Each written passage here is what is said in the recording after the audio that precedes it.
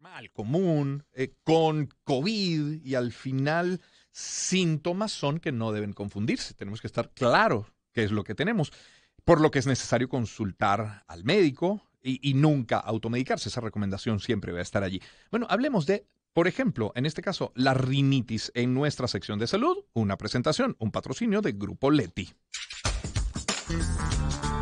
Vida saludable con Román Lozinski. Y para hablar de rinitis tenemos al doctor José Colina, él es otorrino especializado en rinología. Tiene, por cierto, un Instagram, lo pueden seguir allí, @dr, doctor abreviado, @dr.josecolina. Doctor Colina, bienvenido. Gracias, Román. Gracias por la invitación la mañana de hoy. Muy amable por atendernos. Doctor, ¿qué es la rinitis? Podemos comenzar por allí. Sí, importante establecer el diagnóstico de rinitis. La rinitis es la inflamación de la mucosa de la nariz y los senos paranasales. Toda esa inflamación va a generar una serie de síntomas que los más importantes van a ser picazón en la nariz, moco clarito, muy clarito, y la congestión nasal, muy importante, frecuente. Ahora, me está hablando de algo que si usted vive en la ciudad de Caracas y dependiendo de la época del año, todo el mundo va a decir, no, ese es el capim melao. Sí. ¿Sí o no? Sí, claro. Lo que pasa es que hay síntomas que la diferencian de otras patologías. Por ejemplo, la característica del moco. Okay. Cuando el moco es verde, ya pensaríamos más en una rinosinusitis, que es una inflamación con infección. En este caso, el moco es clarito, muy clarito, casi transparente, agüita. Y muy frecuente también la picazón en la nariz y los estornudos frecuentes, que duran a veces hasta más de una hora. Importante que influye en la calidad de vida, claro. Afecta al sueño, el trabajo. Eso es muy importante también tomarlo en cuenta. Ya que se puede confundir con otra serie de patologías, doctor Colina, ¿de qué forma ustedes llegan al diagnóstico correcto de que esto es una rinitis o no lo es? El diagnóstico siempre se basa en el examen, en la historia clínica, okay. que incluye el interrogatorio, saber en qué momento del día le afecta más al paciente estos síntomas, cómo se producen, la cantidad de los síntomas, la severidad de los síntomas, y se complementa con lo que es el examen físico, las características del moco, cómo están los senos paranasales, se realiza una endoscopia nasal.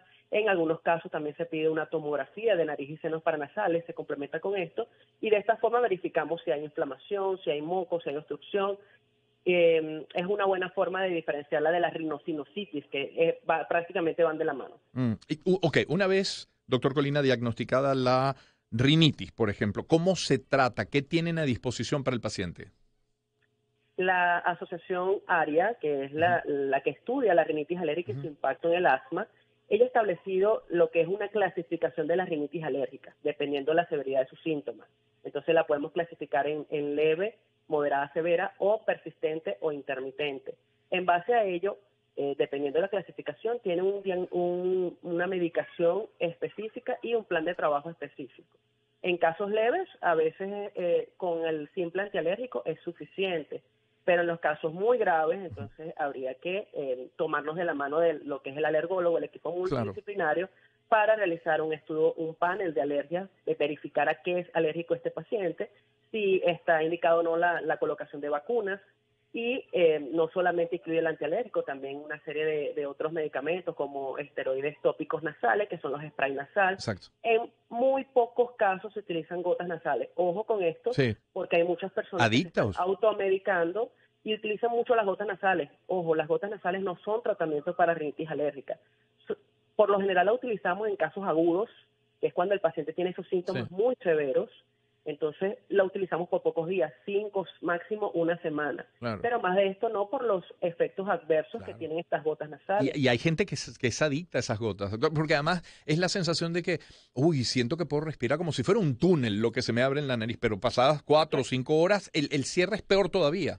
Claro, ¿qué pasa con estas gotas nasales? Ellas actúan directamente sobre unos receptores que están en la nariz y producen un efecto que es la vasoconstricción. De hecho, son llamados vasoconstrictores. Pero este efecto dura muy poco tiempo. Y a medida que tú utilizas mayor cantidad de gotas nasales, estos receptores se van haciendo inmunes. Resistencia, ¿no? Están haciendo resistencia o van haciendo resistencia a estos medicamentos. Por lo tanto, el paciente va a necesitar mayor cantidad de dosis y más frecuente para lograr el efecto que él necesita. Entonces, son esos pacientes que no pueden vivir sin las gotas nasales. Claro. Si van de viaje, tienen que tener las gotas nasales en el Sí. bolsillo.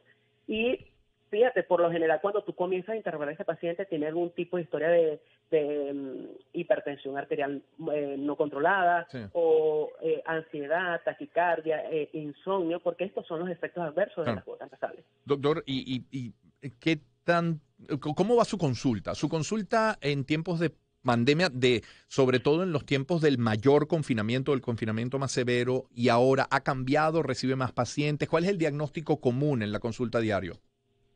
Creo que hay que establecer un tiempo dentro de la pandemia. Hay un tiempo donde prácticamente al principio de la pandemia, el primer mes, donde todos estuvimos en el mayor confinamiento porque Sí. teníamos temor de que prácticamente no conocíamos nada sobre el Claro. COVID-19.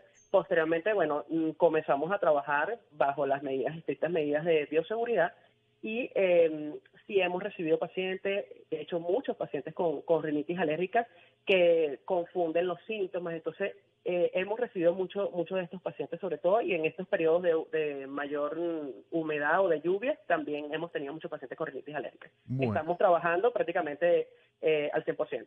Pues muchísimas gracias, doctor Colina, por atendernos esta mañana. Muy gentil. Permítame repetir su cuenta en Instagram, @dr, doctor abreviado, @dr.josecolina. Gracias, doctor.